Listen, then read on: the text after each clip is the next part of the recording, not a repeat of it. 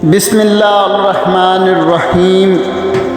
ایک جوان آدمی حضرت ابراہیم بن ادھم رحمۃ اللہ کے پاس آیا اور حضرت ابراہیم بن ادھم رحمۃ اللہ سے کہنے لگا، حضرت میں جوان ہوں اور کسی نہ کسی گناہ کا مرتکب ہو جاتا ہوں اور گناہ چھوڑا بھی نہیں جاتا۔ اللہ تعالیٰ سے ڈر بھی لگتا ہے کہ عذاب ہوگا، تو کوئی طریقہ بتا دیں کہ میں عذاب سے بھی بچ جاؤں اور گناہ بھی کرتا رہوں۔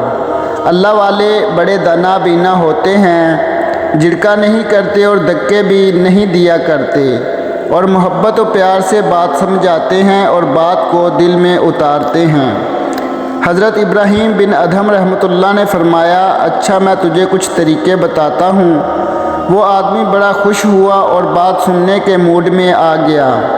کہنے لگا، حضرت وہ کون سا طریقہ ہے کہ میں گناہ بھی کرتا رہوں اور عذاب و سزا سے بھی بچ جاؤں؟ آپ نے فرمایا کہ بھئی پہلی تجویز تو یہ ہے کہ اگر گناہ کرنا ہے تو اللہ سبحانہ و تعالیٰ کی نگاہوں سے چھپ کر لیا کرو۔ اب وہ حیران سا رہ گیا اور کہنے لگا، حضرت یہ کیسے ممکن ہو سکتا ہے کہ میں اللہ رب العزت کی نگاہوں سے اوجھل ہو کر گناہ کروں؟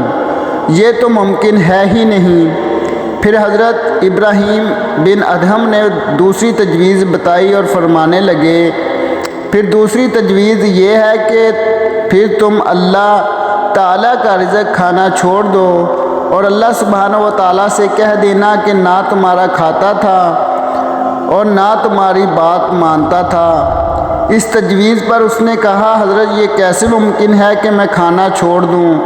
اگر میں کھاؤں گا نہیں تو میں پھر زندہ کیسے رہوں گا؟ پھر آپ نے تیسری تجویز بتائی اور فرمایا، تیسری تجویز یہ ہے کہ زمین و آسمان اللہ رب العزت کا ہی ہے اور اسی کی حکومت ہے، اور جس بادشاہ کی حکومت ہو اس کی نافرمانی اس کے ملک میں رہ کر کرنا یہ ٹھیک نہیں ہے، لہذا اس سے باہر نکل کر نافرمانی کرنا۔ اللہ پاک بھی قرآن پاک میں عجب انداز سے فرماتا ہے، اگر تمہارے اندر استطاعت ہے کہ زمین و آسمان سے باہر نکل سکتے ہو تو نکل کر دکھاؤ۔ اگر نکلو گے کس دلیل سے نکلو گے؟ سورۃ الرحمن آیت نمبر 33۔ جیسے گھڑے کی مچھلی کدھر جائے گی؟ کہا کہ حضرت یہ بھی ممکن نہیں ہو سکتا۔ حضرت نے پھر چوتھی تجویز پیش کی اور فرمانے لگے، اچھا پھر ایک طریقہ اور بتاتا ہوں، وہ یہ کہ جب مالک الموت آئے روح قبض کرنے کے لیے تو انہیں کہہ دینا کہ تھوڑا انتظار کر لو تاکہ میں توبہ کر لوں، پھر میری روح قبض کر لینا۔ اس آدمی نے کہا، حضرت وہاں تو انتظار کا تصور ہی نہیں ہے، جب موت آتی ہے وہ نہ تو ایک لمحہ آگے ہوتی ہے اور نہ پیچھے۔ آپ نے پانچویں تجویز بتانا شروع کی اور فرمانے لگے، ایک طریقہ اور بتاتا ہوں، وہ یہ کہ جب قبر میں تم کو دفن کر دیا جائے اور اس وقت منکر و نکیر آئیں اور تم سے سوال پوچھنے لگیں تو تم کہہ دینا کہ بغیر اجازت کیوں آئے ہو؟ اس نے کہا، حضور میں ان کو کیسے منع کر سکتا ہوں؟ پھر حضرت ابراہیم بن ادھم رحمۃ اللہ نے چھٹی تجویز فرمانے لگے، اچھا بھائی ایک اور طریقہ بتاتا ہوں، وہ یہ کہ جب قیامت کے دن تمہارے برے اعمالوں کو کھولا جائے گا اور پروردگار عالم فرشتوں کو حکم دیں گے کہ اس کو گھسیٹ کر جہنم میں ڈال دو، تو اس وقت تم ضد کر کے کھڑے ہو جانا کہ میں تو نہیں جاتا۔ اس نے کہا کہ حضرت میری کیا حیثیت ہے کہ میں فرشتوں کے سامنے ضد کر کے کھڑا ہو جاؤں؟ میری تو کوئی حیثیت ہے ہی نہیں۔ تو اب لوہا گرم تھا اور چوٹ لگانے کا وقت تھا۔ حضرت ابراہیم بن ادھم رحمۃ اللہ نے فرمایا کہ اے بھائی جب تیری حیثیت ہی نہیں کوئی تو اتنے بڑے پروردگار کی نافرمانی کیوں کرتا ہے؟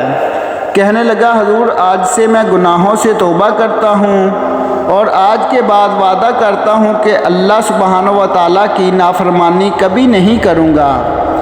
اللہ سبحانہ و تعالیٰ مجھ گناہ گار سمیت ہم سب کو صراط المستقیم پر چلنے کی توفیق عطا فرمائے۔ اور دنیا و آخرت میں نفع پہنچانے والے عمل کرنے کی توفیق دے۔ آمین ثم آمین یا رب العالمین۔